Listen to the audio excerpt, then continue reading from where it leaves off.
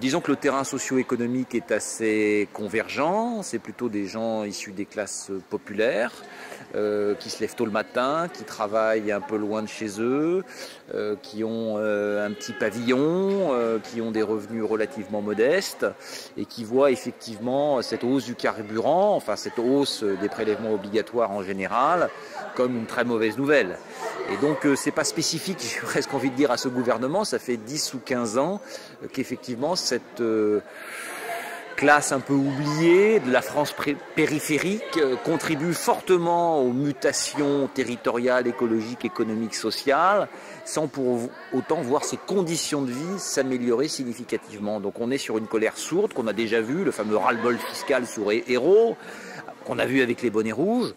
Mais là, effectivement, c'est plus fluide, c'est moins territorialisé. Avec les bonnets rouges, il y avait quand même la bannière de la Bretagne, quelque part, culturelle, qui rendait la mobilisation identifiable. Là, on est sur quelque chose de protéiforme, un peu virtuel sur les réseaux sociaux. Donc on est dans l'attente du 17 novembre pour enfin voir peut-être un ou deux leaders émerger, voir une colonne vertébrale se constituer. Donc tout le monde est un peu dans l'attente de qu'est-ce qui va se passer samedi. Parce qu'en fait, c'est pareil, même le prix de l'essence, on ne sait pas si c'est vraiment ça. Non, c'est sans doute la petite goutte d'eau qui fait déborder le vase, comme la fermeture d'Arvest avait été une des gouttes d'eau pour les bonnets rouges. Donc on est effectivement sur une grogne, une colère.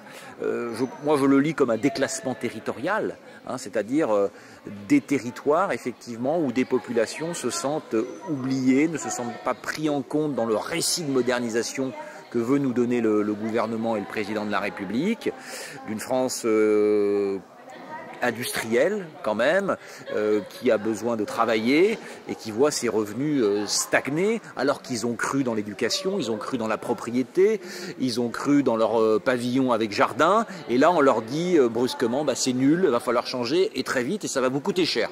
Donc là la facture est un peu salée je pense. Du coup ça peut, comme en plus c'est donc protéiforme comme vous le disiez, ça peut être quoi la réponse d'un gouvernement à un truc qui est protéiforme? Parce que c'est ce qui les inquiète, c'est-à-dire qu'il n'y a pas de solution miracle. On a tenté une rustine ce matin, mais on l'a bien vu, il y avait beaucoup de précipitations.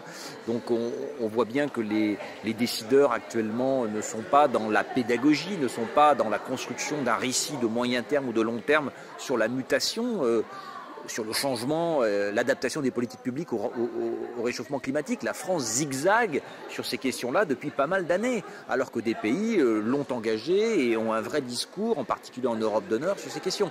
Donc on paye quelque part des hésitations où on met un peu la poussière sous le tapis.